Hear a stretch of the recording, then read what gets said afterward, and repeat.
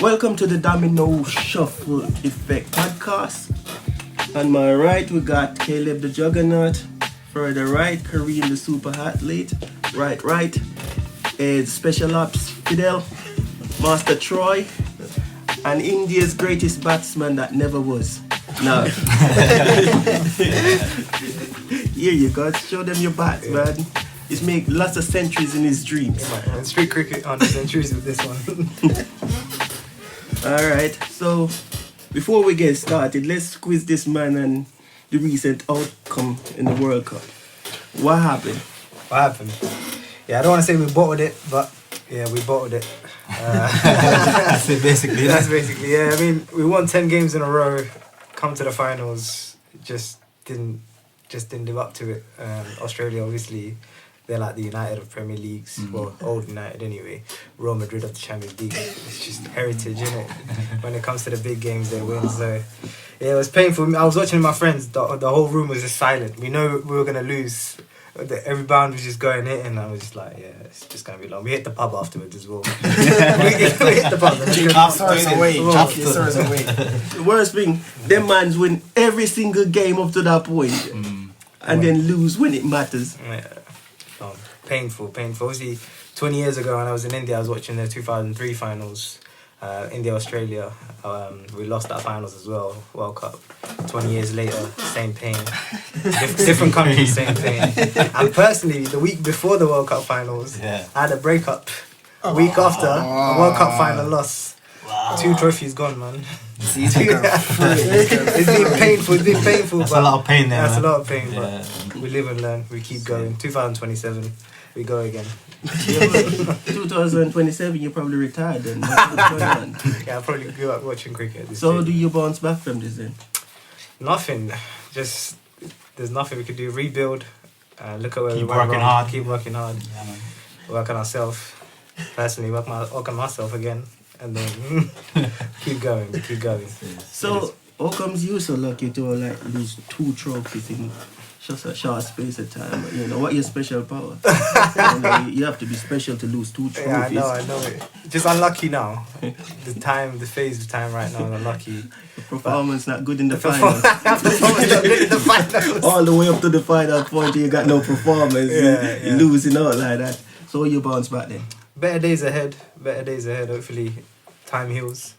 Hopefully, better things are ahead. You said it to me, actually. Time heals. Yeah, so how do you gonna bounce back from the second trophy? You know, losing 1 is bad, but losing 2, you know, how you gonna fix that bit? You're gonna Nah, man, 2 negatives make a positive. Watch. It will come out. Watch. But it's still a negative. It's negative for now, but again, add them 2 together, watch. Good things will come soon. Good things ahead. Yeah. That's what I'm just trying to stay positive. Stay positive, yeah? Stay positive, yeah. And pray. And pray. So how does that work? You know, you make God look biased. You know? At the end of the day, 2 lots of people praying for the same thing. That's favoritism, isn't it? I think God doesn't exist when it comes to that point. He was like, you know what? I'm going to sneak out to this and let them fight it out. So what about yourself? Yeah. Hopefully. So how can I ask you, how was it like growing up back home in you say from India, innit? Yeah. As a child growing up. It was great, amazing. Obviously, big family. We all used to live in a big. I used to have my uncles, aunties, cousins. We all lived in the house, same house, and obviously, all my friends in the same street. We just come out, play cricket, street cricket. That's mostly our life, really. Yeah. And obviously, big difference to coming here. Just my mum and dad here, so. Big family back home and coming here is just 2 people. So yeah, life was amazing, happy. Well, what was the experience? Like, was it like a shock for you coming here? Yeah, so it was a big shock. Obviously, it's still kind of culture shock when I think about it. Let's go back a little bit because we're jumping further. Yeah. What's so special about India in the early years? That's what I'm interested in. Okay. I'm looking at as a tourist, and I want to go there. Sell India to me, man. Selling, busy, good food. You know, come on, list some food, man, which is good because. I always recommend biryani. I like Indian food. But you never. When's the last time you had biryani? I went down to the roti and all that. Gandhi in Sandy. Yeah. I need to get paid for that. You know, that's free advertisement I just did right. Email them. Yeah. Yeah. You know, they got a set menu down there. So it's brilliant. Yeah. But anyway, you tell me what the real thing is, because sometimes I'm thinking that maybe some of the Indian food we eat in here is counterfeit and not real. Yeah, the original. It's not original, yeah. Watered down. Some things like chicken tikka and stuff, you don't really get that back home. It's all made in Britain, you know. So Yeah. back home. When they get back home, they get the real thing, The the, real original thing, thing. real Yeah, thing. yeah. You can taste the difference as well. Yeah. So is the only bread you have is naan bread? You know what? I love bread, you know. Yeah, So He's a bread man, yeah? It's a bread, man. I travel just There's for bread. more different breads. Like there's various different sections within India that do different type of breads, but See. obviously. Do you guys have hardo bread like we back home? Yeah, what bread, sorry? It's called hardo bread. It's just thick. Oh, hot dog bread, hardo yeah. bread, yeah. There's various different breads, and obviously if you wanna come Yeah, down. but at the end of the day, our culture Yeah. in Jamaica is sub-Chinese, sub-Indian, Indian, yeah. sub-African, isn't it? And sub Irish UK, as well. Yeah. You know, so Yeah. it's quite a bit, because like things like roti, Yeah. Oh that's yeah. your kind of Yeah, thing, yeah, isn't it? yeah, I yeah. love roti. So yeah. Yeah, we used to make roti a lot back home. Roti and curry crab, innit? And Curry roti, crab? Yeah, curry Crab. crab and roti, the Crab sea is- crab. yeah. Yeah. I love that. Yeah, I love spicy. chapati too. Chapati's good. Yeah. You know, but I probably have to come to your house so you can do a premiere on it, so I could have a real comparison, because Yeah. at the moment I don't know what is real and what's not real. I just eat food. That's the thing, you learn from going around this house. Yeah, innit? yeah. I make the best biryani though. So what's your favorite place in India when you was young? Favorite place, just my city where I was born is called Vellore. It's Sorry, Velo? Vellore, yeah. Okay, so But there's a village right next to it. That's where we had a house. It's a small village with cows, etc., etc. So that's where I was pretty much grew up, and then I moved into the bigger city. That's when I went to school, etc., etc. Yeah. So yeah, my city where I grew up really is where my favorite place is. But when I go back home What now, city is that? Vellore, I just met it. Is Yeah. it north or south? Where is it? Just down south of India. Cool. You know Chennai. Yeah. Yeah. So that's Mr. where Super King. the Super King. Yeah, Oh, that's the okay. Indian Premier League team. So that's Chennai is where I pretty much grew up. But yeah, I was born in a city called Vellore. That's my favorite place. Really feels home every time I go back. Yeah, he's from Chennai and supporting Royal support- Challengers. Isn't that weird? I hate them. I heard you mention cows and stuff, animals. Was it like you grew up on a farm or something? No, not me, but my mum and dad talk about it all the time. Oh, They okay, pretty so- much grew up in the proper village background. You know, they Yeah, talk yeah. about taking care of cows and chickens, etc., etc. See. But yeah, by the time I grew up old, I went into the inner city, and my life is completely different. But yeah, I still love going back to villages and stuff. It's a Yeah. completely different experience. It's the same thing like us as well, innit? 'Cause for me, I was born in Kingston, in Yeah. Jamaica, but as a young lad, I went to the country. I spent 6 years. That was the best time of my life, grew up in Yeah. the country. Yeah. Yeah. But we have all the farm animals, everything. We grew up around that, innit? Yeah. Yeah, tilting the soil, planting. We used to live off the land, basically. Yeah. So what Kingston live without the bias, you know, because we all biased to our little spot and we always say all kind of stuff. Well, you know, with Kingston, the difference with Kingston, because even when I used to leave the country to go to Kingston, it's like when you go to Kingston, you go to a foreign country. That's how you see. Yeah. Because the language is slightly different. 'Cause in the country, patois is like our native language. Yeah. So it's like deeper in the country, but in Kingston, you go there, it's like a bit refined. But people used to when you go to Kingston, they used to be like, you're going to another country. So I used to be excited as a kid after school, the school holidays, and your grandparents take you to Kingston. It was a good experience. So what's part of Kingston you from then? I'm from the slum, the ghetto, in a place called Painland, 3 Mile, innit? Yeah, it's rough, trust me, it's really rough. I've seen so many, literally grew up traumatized, basically. Yeah, but it's an experience, you see a lot of stuff, you learn, you have to just deal with stuff, and it was fun sometimes, but it was so hard. Yourself? Me, listen. Yeah. My first experience at Kingston, as an individual, not as part of a group, because, other experience was going to, what's the place called? Where the Rockfort, because I got some relatives live in Rockfort. Yeah, not far from there. Yeah.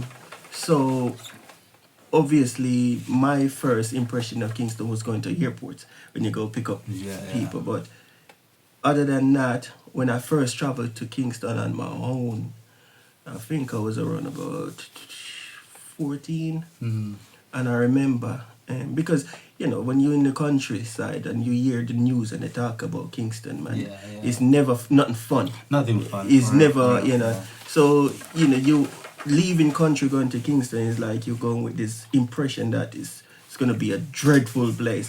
And to be honest, when I was on that bus from halfway through to downtown, I remember, man, I was driving through this place and I was like, where's the people? There was nothing existing, you know. But I know people's there somewhere.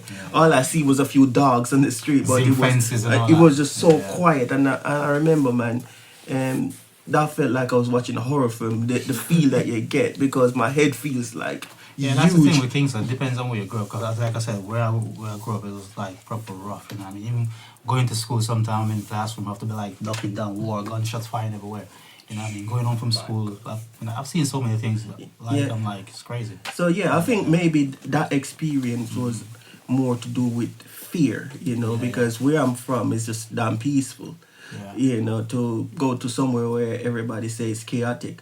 But I think the next places I've been was Derrimore Road or something like that, and then I went to Pembroke Hall, and then from Pembroke Hall to Portmore, and then I started to see different sides. You was moving around close by myself, because everywhere you mentioned it was just close where I live. You know what I mean? Yeah. So when I went to Portmore, it was when in the earlier period where the schemes and so forth started building, and that was cool.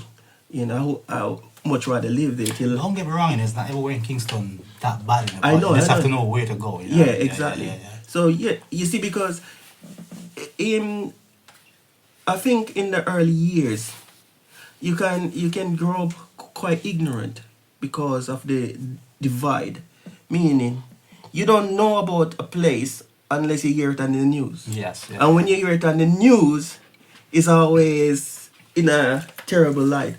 But when you go there, it's not even, sometimes not even like what you hear in the news. You know what I mean? Exactly. Because most of the ghetto here is lovely. You know what I mean? Fun. Because I can remember good times as well growing up, but I can also remember a lot of bad times. The country was beautiful, man. You know what I mean? It's like, as I was telling you the other day, bro, sometimes I used to, like, on weekends, for instance, you had the breakfast in the morning, your grandparents or parents don't see you until night, you know what I mean? You don't have to come back home for lunch or nothing, because lunch is everywhere, food and trees, you know what I mean, everything. So you go to the river, you catch fish, you basically roast them at the riverside, and, you know what I mean, pick breadfruit, roast them, eat. It was fun, good fun growing up, you know what I mean, swimming, peaceful life. But I remember one day I almost drowned though, but that was crazy. You know Trying to catch a fish. Yeah, well, me and my friends would just go to this river all the time, just swimming in it. My grandma used to warn us, listen, be careful of that river, you know what I mean? Because it's usually tell us stuff like mermaids and stuff. I was like, don't worry, grandma, you know what I mean? So we used to still go there, because we always go fishing and like put our hands on the rocks and pull out that crayfish. Yeah, so one day I was swimming and it's like, I couldn't feel the bottom of the water, you know what I mean? So I was like trying to... And you panic. Panic. That's the worst thing to do. But luckily my friends saw me, they were panicking, and they grabbed me and they put me on my back and they start squeezing water out of my back. It was crazy, man. When I got home, told my grandma what happened. She gave me another ass whooping. I told you not to go to that river. I think the closest I get to drowning was in Port Antonio about 1993. It's about 93, 94. That was like my first year at Titchfield, and I was staying with my grandaunt, and her son was a fisherman, and I think one day 2 cousins came, and they took me to the sea, to the beach, and we were there. So you know, those little pier where like ship would come and dock, but you know it's they you know, historic, they're not used anymore. So I was sitting on one of those with my foot in the water, and some dumb kid just come and push me off. Whoa.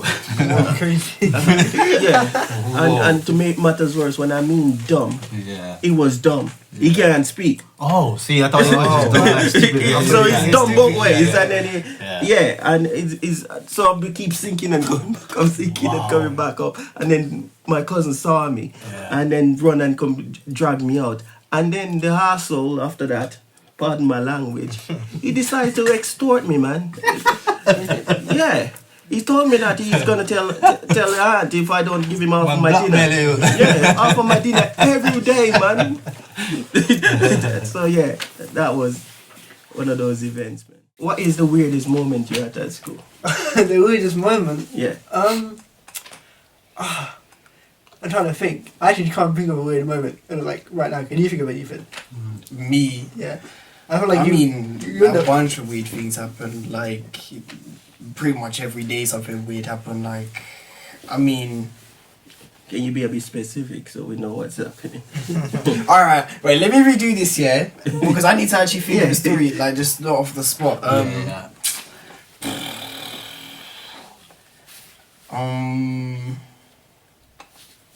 Damn. Or should I just say, just tell of an event at school which, no matter how old you get, that event will just live with you because it was just so funny or memorable, ridiculous. Yeah. What is something you used to get up to at school? Go on, Caleb, but give us something. So right now? Alright, so basically in primary, I would get a favourite song of mine that I knew no one in the school knew. And I would write it on paper, like I'm writing the lyrics, and then I would say to everyone that I made that song. And that's how I become popular in primary school, because they thought I was coming up with the rhymes and stuff. This one is a grifter, man. You not remember the one time in middle school when it's with music, we got asked to make our own songs, and I just made a slightly different version of All Eyes on Me. Remember, Mum believed it, everyone else believed it, but of course you didn't believe it. I'm there telling people I'm a lyrical genius. I was like, look, I got talent. And he was like, this is just a song which is a couple changed lyrics. Do you not remember that? God. No, I remember writing and I was like, yeah, everyone's gonna love this, everyone's gonna think it's sick. And I remember showing everyone.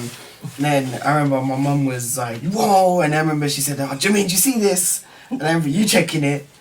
And I was like, musical yeah, talent go back now. I don't know why I thought that would work. Like, looking at it, it was so obvious that you'd be able to tell it because you listen to that kind of music. But I remember when you said, you was like, this is just a changed up version. I remember, wait, mommy is looking at me because I'm there telling everyone, I'm telling the whole world that, I got some talent for music, when the reality was nothing, man. My school days was fun, bro, because I respect school because I feel like school empowered me. It's the only time I felt true freedom. I, out of the reach of my parents or society, I feel like school was everything. Even these days as an adult, sometimes I dream about school. If I visit Jamaica in my head, it's school. Right? Takes it back, innit? Yeah. I think one of the strangest times at school that I can remember was like on my birthday. Well, that's 1993 again, right? I think, we were at school and we're sitting there just doing things. And all of a sudden, the damn school starts shaking up, man. Earthquake. Yeah. And you know what happened? The Pope was in Jamaica at the same time, isn't it? Blessing the country, huh? with the earthquake. Yeah. And I remember people like dashing out of the school and, running away, and I just sit there. Because I'm like, wherever I go, it's still the same. But then as I grow older, I was thinking, that's so stupid. Because the building could fall on you. But school was fun, especially when I passed my common entrance and going to Titchfield. That was one of the most brilliant period of time. You feel like a superhero. The funny thing about it, there was only 5 people passed from my school. Wow. 3 girls and 2 boys. So you see why it felt so important, because in any time you feel unique, you feel outside the crowd, and that's why I love school. You're just different, isn't it? You just keep doing your thing. The thing with me as well, as I said, I've spent most of my years in the country. School days was fun as well, but with me, I'm always looking forward to go to school just to draw, because I love art, innit? So teachers used to complain when my grandma used to come, like parents meeting, they used to tell my grandma, He's always hurrying and finishing his work and drawing. That's all he does at school every day. My grandma used to be like, listen, you need to stop doing all this drawing and just pay attention, focus in class. But I was focused, yes, but they didn't realize that art is something that I love. I just discovered since I was a kid. I'm also self-taught. Most of the teachers, whenever they need stuff done in school, they always run into me, you know. So yeah, that kept me going through school. But apart from that, I used to love like being around my friends and everything. Because I used to like play some certain games. Certain games used to play. Like you remember these paper planes and stuff we used to fly. I used to love doing it as well. You get me playing karate. I used to be the best cowboy in Indian. Oh, man, that's me, man. Running up and down the hills. You know, what I mean, we used to get these bamboo sticks. And we used to pretend it was a horse. So we used to like, pew, pew, pew. It used to be fun. All these things. To be honest, growing up in the country was like the best time of my life. But then in 1990, when I moved to Kingston back, because I leave from Kingston to the country. So when I moved back to Kingston, that was when things kind of be like, wow. Because it was like a different world for me, you know? Yeah, different scenarios. Yeah. When it comes to like violence, that is something that always going to be in my head. Because I've seen a lot of that, through school. But it used to be a lot of fun time as well. Sports days used to be one of the best times at school as well. I used to love sports day. We used to have all kind of events, races and everything. I used to look forward to that as well. Yeah, but there were some good times. What about you, Naveen? You could talk about school here. I mean, I loved school, especially here. A-levels was fun. I used to look forward to going in each day. It was just everyone together. A-levels was fun. Like, all your boys in the same class. It's just fun. It's just a lot of jokes going about. But I've got a funny story from back home though. So when it's the results day, you got to go into school to collect the results, and the head teacher's there. He's just looking at your results. If you're good, you know, he'll praise you. But if it's a bad result, for me it was a bad result. And my auntie was with me. My head teacher grabbed me by my ear, as if I was a rabbit or something. He grabbed me by my ear, he's telling me off. I'm thinking, auntie, back me. Just standing there. She's just standing there. Like, but it's good times. Because them old-fashioned teachers will beat the parents themselves. I was about to say that. What's it? Yeah, the parents they will beat the parents as well. Yeah, you get whooping and go home to the parents. I don't want they give you another one. What have you done? Why did she have to teach her to whoop you? I don't want to go even back to those things. Those things was like brutality, man, for no reason. But you know what? When I look back at it, I don't even regret some of it. Cause I think it saved me, man. Because I was a wild kid back then as well. And I mean, a lot of us. Yeah. So I don't really stress about but you deserve to be free, bro. It wasn't like they were abusing you know what I mean? But they keep you in line, you know what I mean? Keep you in line. Yeah, but it was a good time. Yeah, for sure. I never value any of those things because I don't think they were fit for purpose. That's what I'm saying. I agree. I can agree. You know, if there was an obvious outcome that can reflect as a positive, then I would say it was worth it. But a lot of the time I think it was just angry people just beating frustrated children. You know, they got something going on in their home. They come out, take it out. So because they are allowed to do it. You know, it's something that they grew up and witnessed. I think the only time I think there's only 2 times I get beaten at school and I slightly appreciate it, right? Because it was coming from in my head, for what I become after. I think it come from the right place because it was at Buff Bear and I was in grade 4. And I think what happened is that I came first in grade 3. So I end up in that class because, you was like with the special kids, right? But then I didn't appreciate I was special as well. So I started to slack because, you try to spend more time socializing and try to fit in than to focus. And I remember, I think what happened, we did some tests at certain period and I didn't do too well.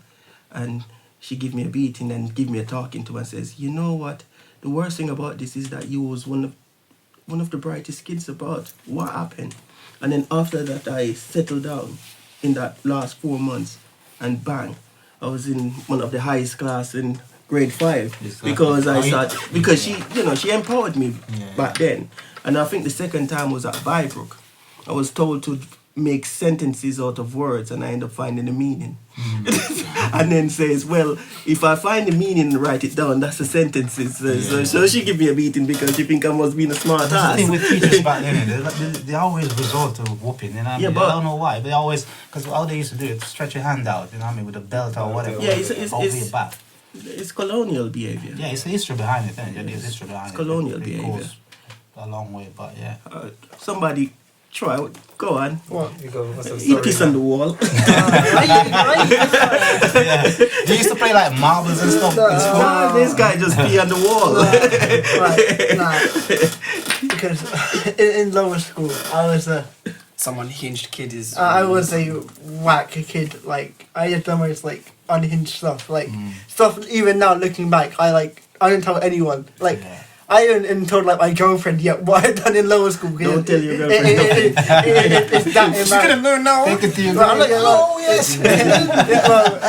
It's that embarrassing. Like there was one time, right? Because I like having attention on me. So there was one time, right? We're sitting in like the lunchroom, and there was this like well, not a dinner lady, but a dinner guy. Yeah. And I was like, you know, what would be super funny, right? If I stand up and smack this guy's bum, like an idiot. So I do it, and then I get like in massive trouble, literally get like dragged by like my arm to like the principal office. You know this. I didn't know this. You never heard this They story? keep this one quiet. Suspect. That was suspect, really. Yeah, I just thought it'd be funny as hell. And, like it wasn't. I mean, I used to get like not go to like breaks and lunch and stuff because I was like that bad. Like it was like year 4 to year 5. Like year 5 I was completely fine, but in year 4, I was just weird. School days. I'd argue it was year 3 to year 4, you remember? Those were your. Yeah, even yeah, year no, 2 to year 4. No, year 1 to year 4. Okay, right. Pretty much all the lower No, school. the whole lower school I was weird, but but like you know, in middle school I was completely fine, but like the lower school I was just such a weird He's got kid. something is coming in, I can no, see. I know Kareem is one who's sitting on the misdemeanor. Yeah, I think it was like December 2004, near Christmas time. Me and my dad were just planning to like go to the beach, just one normal day. Yeah. But for some reason we were delayed to leave the house. But we turned the TV on and we see tsunamis hit the beach. I'm thinking, okay. Yeah. So yeah, that's one event I can still remember. And then my mum was in Singapore. She was calling me. She was calling us thinking, "Did you guys go to the beach? You see, I see on the news the tsunami, etc." So Yeah. that's one event I won't forget. But what about you? You wanted to share? Gilbert? No, I Hurricane think, Gilbert wasn't there, man. yeah, I think the thing with Gilbert is that you can't just talk about Gilbert as to itself like that because there's a pre and a post Gilbert. Oh, is it? Okay. And that's the thing because Gilbert changed everything. Yeah. Pre-Gilbert, especially where we're from, that place was like nice, you know, Yeah. all greenery and so forth. Yeah. Lots of butterflies and so forth. I can remember that because Yeah. we used to see like butterflies passing the gate. Yeah. You know, there's like something that you see David Yeah. Attenborough talking Yeah, about. yeah. And then Gilbert. I remember the morning of Gilbert. It was one of the most peaceful day possible. It was so quiet. There was no noise. There was nothing. Just a mild little breeze. And then as the morning goes, you start to see a little bit of pickup. Yeah. And then a little bit of pickup. And then a little bit of rain. Rain and wind. And then before long, all hell break loose. I remember what was funny about that. My mom was pregnant at the time, and we was in my great grand aunt's house and the veranda, looking, you know, just watching the Yeah. wind making a mockery of life. And then we went in, and then all of a sudden I look out and saw my mom running with my little sister on her back with a big stomach, you know, running through the thing because the wind take off all of the damn roof and so forth. that, You know, you mentioned that you just remind me with my grandma. She almost lost her life in Gilbert as well because when the storm was kicking, she was still trying to cook to feed us, innit? Yeah. And she was outside in that kitchen was made by woods and zinc and all that. and the kitchen blew over, and when the zinc just flew over her head, she had to duck, almost chopped her head off. Yeah. The pot, everything, just blew over off the fire, because it was wooden fire in it. Yeah, the house, we had a house, it was like, them house back in the days used to like have these 4 legs, the stand on. Yeah. The house blew over, everything blew over. I was in the house, and everyone outside was like, get out of the house, get out of the house. I was like, no, it's too windy out there, and within like 5 minutes, not even 5 minutes, I would say maybe seconds, I leave the house, it just went straight over. Everything just flattened, it was horrible. Our neighbors had to save us, we didn't have nowhere to go, nowhere to sleep, and our neighbors had to put us up. But we did have food, because all the fruits, everything, jelly, fall off the tree, we just eat it every day. Yeah. But it was horrible. I was scared, I was a child, man. I was like, what's going to happen here, Post Gilbert was when, because we were young then, so you don't know the impact of things. Well, I remember after Gilbert, and I think that was 1988, innit? Yeah, we had the where they sending food for people and all that stuff. Yeah. And I remember we had that period of time, we eat a lot of rice and sardines, man. It's like every day. Yes, and then I remember them days, man. To make matters worse, the rice was like whole rice. Yeah. So it's have this funny taste. The JDF used to fly around the helicopter and drop the rice them down. Yeah, so it's got some funny taste because it's whole dead rice, man. And even in the last 20 years, sometimes I could taste that rice in my mouth. That was that funny taste, isn't it? Yeah. But what was the changes after Gilbert? You hear people singing about people having water come in my room, but sweep out some with the broom. Yeah, so when people were like getting some people satellite dish flowing and they owned something and they were going around and robbing things also, looting and all that. A lot of looting was going on as well. But for us, because we are up in the bushes, that doesn't apply to us. But what did apply is when the following year, summer, that's when you realize that the country changes, because the fruits that we used to have, all of a sudden they're like full of worms and all that stuff, because the climate is different. You're eating apples, and half of the apple is ripe and half of it is still green or something. And so Gilbert hit hard, man. Gilbert changed climate, changed people, everything changes after Gilbert. I can remember for at least, I would say maybe 4 to 5 months straight, maybe 6, we were eating coconut, because all the fruits, everything just fall off the tree, jelly, coconut everywhere. Yeah, that's the only thing I can remember, that we did have food, but we didn't have nowhere to go. All our furniture, everything was destroyed, Yeah, it was horrible. Horrible time, man. Yeah, but, we're happy that we could have rebuilt. That experience. Well, that's a good thing as well, because people come together. That's what I like about the people back home, because with these tragedies, people come together, helping each other, building the houses back and all that. Yeah, so that was good.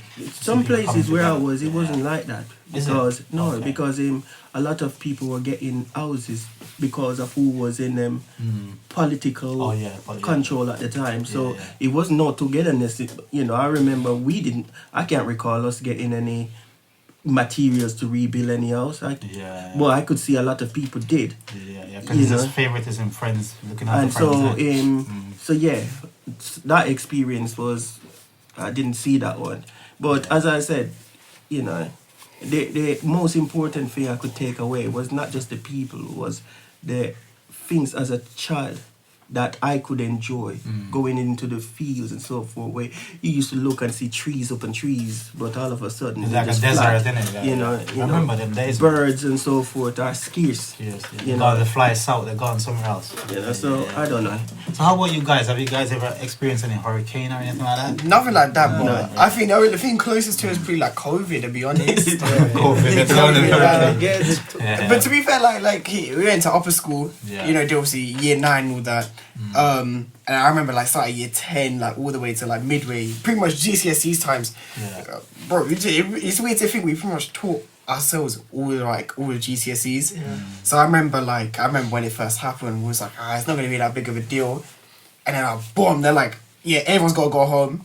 And then I remember also in our home, and obviously your teachers didn't expect it either. So there was no like so like for the first couple of weeks, like months, there was no like prep for like for lessons. So to be honest, I'll be honest, like for me personally, like life was chill. Like I remember I'd wake up at like 10. You know, I wouldn't have any work to do. I'd go on walks, because especially when it was lockdown, and you know it was dead silent everywhere. Like I'd just go for a walk. Like it'd be like chill. I'd go to bed at like 1 in the morning. And I remember even when they started putting like lessons in and all that. I remember it wasn't even much. Like it was like 2 hours of work a day. Yeah. So I remember like there was times where I was doing my work just after I'd done everything. It'd be like 1 in the morning again. I remember I got an email from my teacher because they could see when you uploaded it. And they were like, I hope you're not actually doing work at 1 a.m. And I remember lying, being like, no. I was like, I remember my Wi-Fi's slow. So, like I have to upload it before I go to bed, and then it just uploads like in the middle of the night. But, COVID was fun. Well, I say COVID was fun. It wasn't fun. I miss like the social aspect of it. But, I mean, in terms of, from the viewpoint of what I was like then, where you just don't want to do schoolwork or nothing. Those times I was like, man, I ain't got to do nothing. Like, I can just do whatever I want. And then before I knew it, I'm straight back in exams. And to be fair, exams weren't too bad. Like, how ours was set up, like, with the 2 mocks. But they weren't really mocks. They were the real thing, really. But, it was, for me, it was alright. So that's the closest you come to a hurricane. That was like kind of an event. That was kind of an event. One of the strangest things is how amazing how much games there is available at these days. I remember in our days, especially from the bush, when I see something like a Game Boy, it's like when I go to Buff Bay and see them other kids from down them towns have them things. The first game I can remember owning, it was this little thing where, just think about it these days. If you give your 6-year-old kid that, he probably use it and stone you and ask you, are you an idiot? He hate you for the rest of your life because that's child abuse. But that's what we had. And I think when I was exposed to games more than anything is Titchfield when I go to Port Antonio. Man, we used to spend so much time going down to the game shop, using our lunch money to just play them games. Remember them days, man. And the worst thing about it, the time just run out so fast. Fast. I remember we used to bash buttons, man, till there's blisters growing, and then we start putting it in our shirt like and roll it up like that.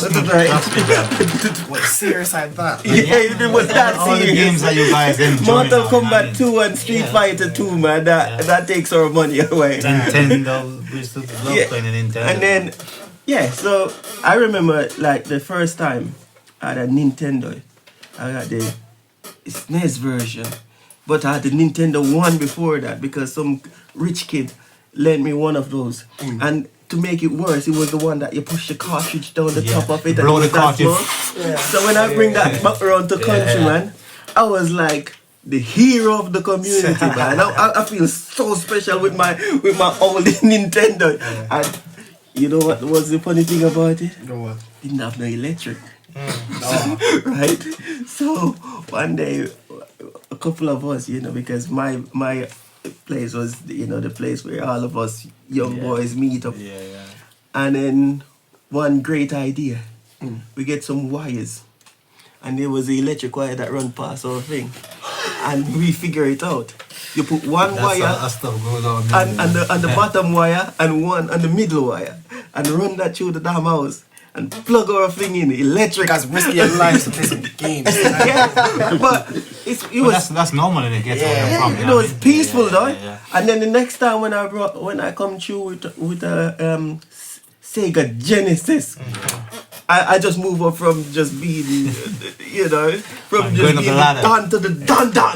I mean, no, but basically what you're saying is all these games you guys enjoy now. This is where it came from. You get me? So it's like over time it's just evolved, innit? So you guys are enjoying all you lovely games you got. Man. Back then we were playing FIFA, the original FIFA, man. My flipping. Remember GameCube, that big black box? Yeah. GameCube is England, man. We didn't have Game GameCube Boy in Jamaica, man. Yeah. I couldn't see that. I remember the first PlayStation I saw in Jamaica. I think, yeah. You're lucky, man. I never saw that. I saw that in Port Antonio, man. Yeah. When we see that little square box and disc and all that, I was like, I remember Nintendo. you know, That's but about it. Yeah. take back my Sega Genesis to the bush, bruh.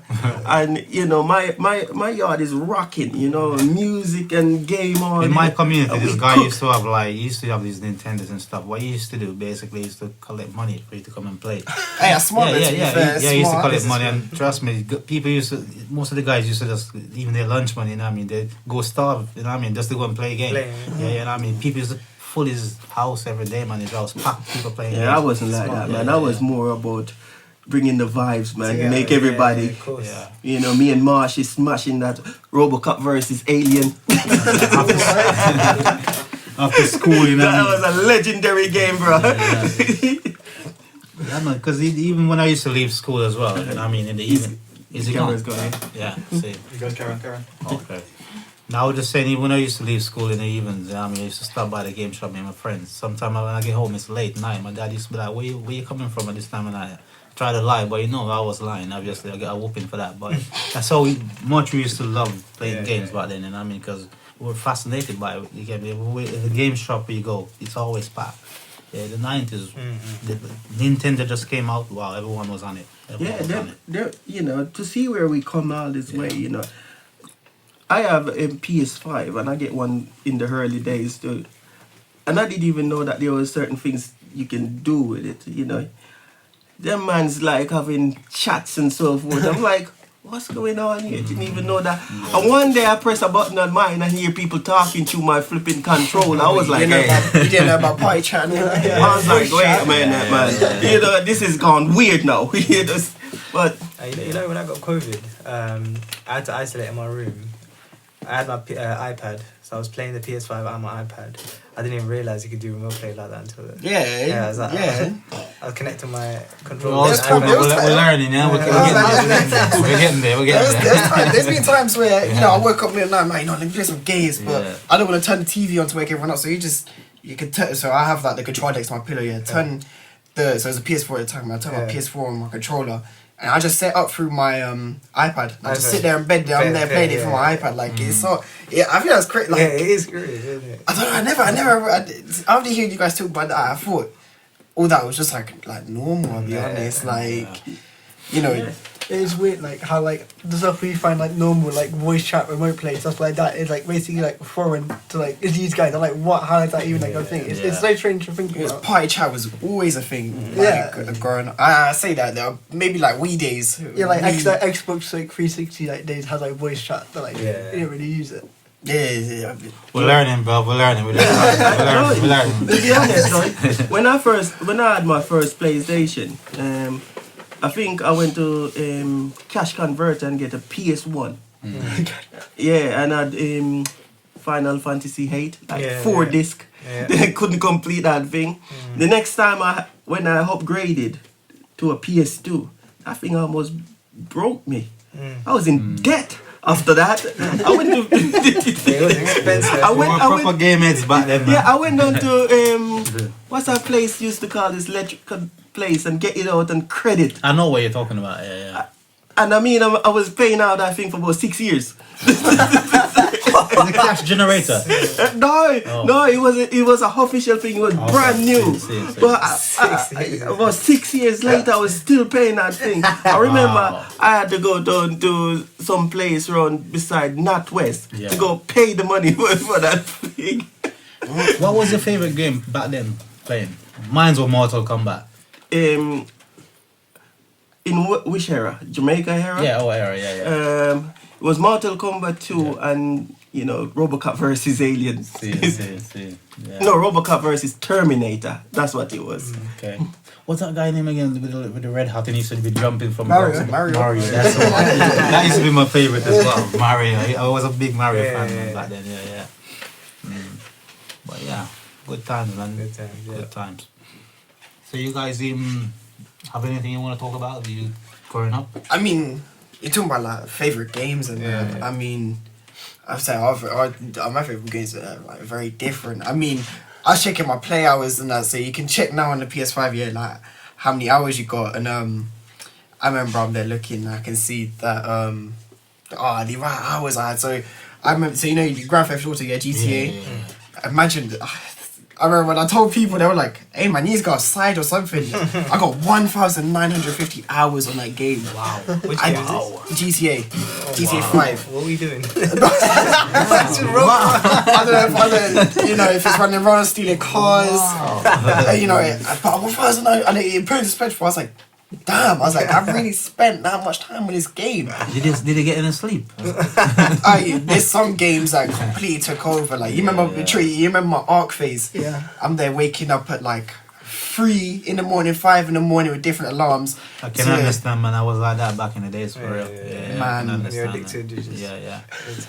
It's bad. They used to call us game heads, you know? Yeah. But it's crazy, like, when you're playing games here, I don't think you realise how much of a grip it can have on you. Like, so quickly. Like, again, when I was playing ARC, that's when I realised, I was like, this game's really, like, taking over my life. Like, I've got to put this away.